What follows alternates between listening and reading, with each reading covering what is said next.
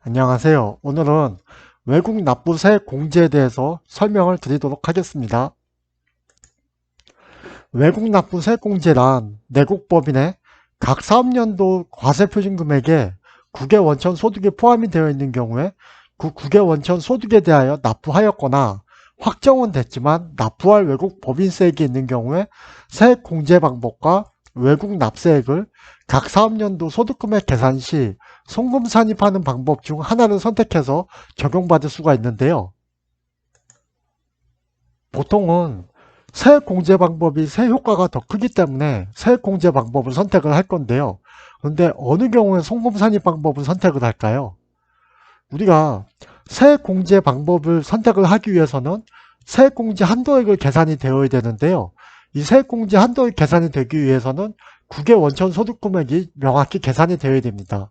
우리가 흔히 국외 원천 수익 금액은 명확히 알 수가 있는데 그 국외 원천 소득 금액을 계산하기 위한 국외 원천 그 비용을 명확히 구분할 수 없는 경우가 간혹 있습니다. 이럴 경우에는 국외 원천 소득 금액을 계산을 할 수가 없으니까 이럴 때는 그냥 송금 산입하는 방법을 선택하는 경우도 있는 것 같습니다. 그렇다고 하더라도 이 송금 산입하는 방법에 대해서도 증명을 다 갖춰야 되고요. 국외 원천에 그 해당되는 소득이 우리 과표에 해당 연도의 과표에 있어야 됩니다. 그러면 외국 납부세 공제 한도액 계산은 어떻게 할까요? 법인세 산출세액에서 그 사업연도 과세 표준 중에서 국외 원천 소득이 해당하는 부분을 곱해가지고 그 한도 금액을 계산하게 되는데요. 이 경우 국외 원천 소득에 대해서 면제나 감면을 받는 경우에는 그 해당 비율만큼은 국외 원천 소득 분자에 있는 금액이죠. 해당 금액을 빼가지고 해당 비율 금액만큼 빼가지고 한도 계산을 해야 됩니다. 국외 사업장이 2개 이상의 국가에 있는 경우에는요. 공제 한도를 계산할 때 그 국가별로 구분하여 계산을 하는데요. 그 보시면 알겠지만 그 명세 자체가 그 국가별로 계산을 할 수 있게 되어 있습니다. 그래가지고 한도는 국가별 한도를 이제 적용하고 있다는 것을 명심해 두시면 되겠습니다. 2014년 이전에는 그 한도 계산할 때 국가별 한도하고 일괄 한도 방식 중에 선택이 가능했는데요.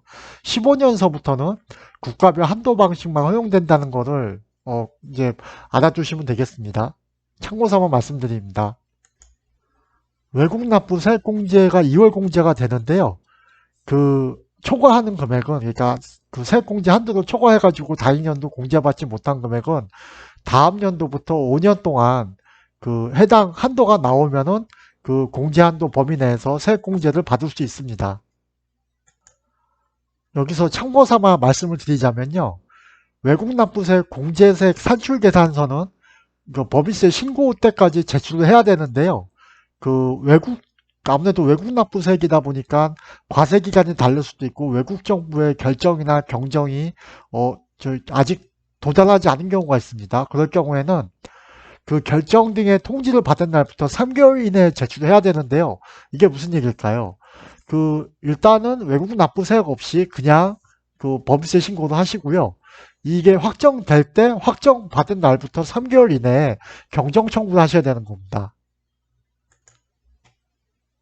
세액공제되는 외국 납부 세액공제 대상세액은요, 외국 정부에 의하여 과세된 다음의 세액을 말하는데요. 여기서 주의하셔야 될 게 조세 제약에 따라 비과세나 면제, 제한세율의 규정에 따라서 계산된 세액을 초과하는 세액 또는 가산세나 가산금은 여기서 제외가 됩니다.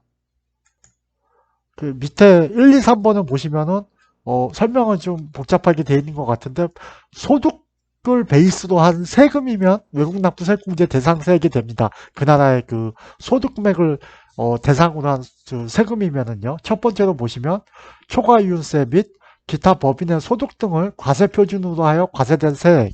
그러니까 소득 베이스죠. 그리고 두 번째로 법인의 소득 등을 과세 표준으로 하여 과세된 부가세액.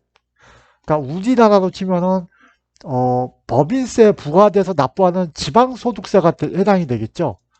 근데 이제 뭐 그 명칭이 여러 가지가 있을 테니까 거기에 부과된 부가세액이라고 여기서는 설명을 했고요. 세 번째로 법인의 소득 등을 과세 표준으로 해서 과세된 세와 동일한 세목에 해당하는 것으로서 소득 외에 수익 금액 기타 이에 준하는 것을 과세 표준으로 하여 과세된 세액. 소득에 그 준하는 것도 소득 베이스라고 볼 수 있죠. 그래서 그것도 과표돼서 과세된 세액이 있으면은 세액공제 대상이 되는 겁니다. 마지막으로 간접 외국 납부세액이 있는데요. 우리가 이제까지 설명한 거는 직접 외국 납부세액이죠. 어, 내국법인이 각 사업연도 소득금액에 그 해외 자회사로부터 배당을 받는 경우가 있습니다. 이때 그 배당에 대한 원천징수세액 말고요. 그거는 뭐 당연히 외국 납부세액공제 받는 거고요. 앞에 설명드린 직접 외국 납부세액공제 받는 거고, 외국 자회사가 자신의 소득에 대해서 납부한 법인세액이 있어요. 이것에 대해서 그냥 배당을 그냥 우리나라 과표에 입금 산입을 하게 되면 이중과세가 되는 거죠. 그래서 일정 금액을 그냥 다 해주는 건 아니고, 그러니까 법에 정한 일정 금액을 조세 조약이 정하는 범위 안에서 세액공제 또는 송금 산입되는 외국법인세로 할 수가 있습니다. 아까도 말씀드렸지만 이 취지는 이중과세 조정을 위해서 이렇게 하는 거고요. 이게 계산 방법이라든가 이런 어떤 요건 판단은 조금 복잡하기 때문에 나중에 기회가 되면 그때 다시 그 자리를 빌어서 설명을 드리도록 하겠습니다. 오늘은 이상입니다. 감사합니다.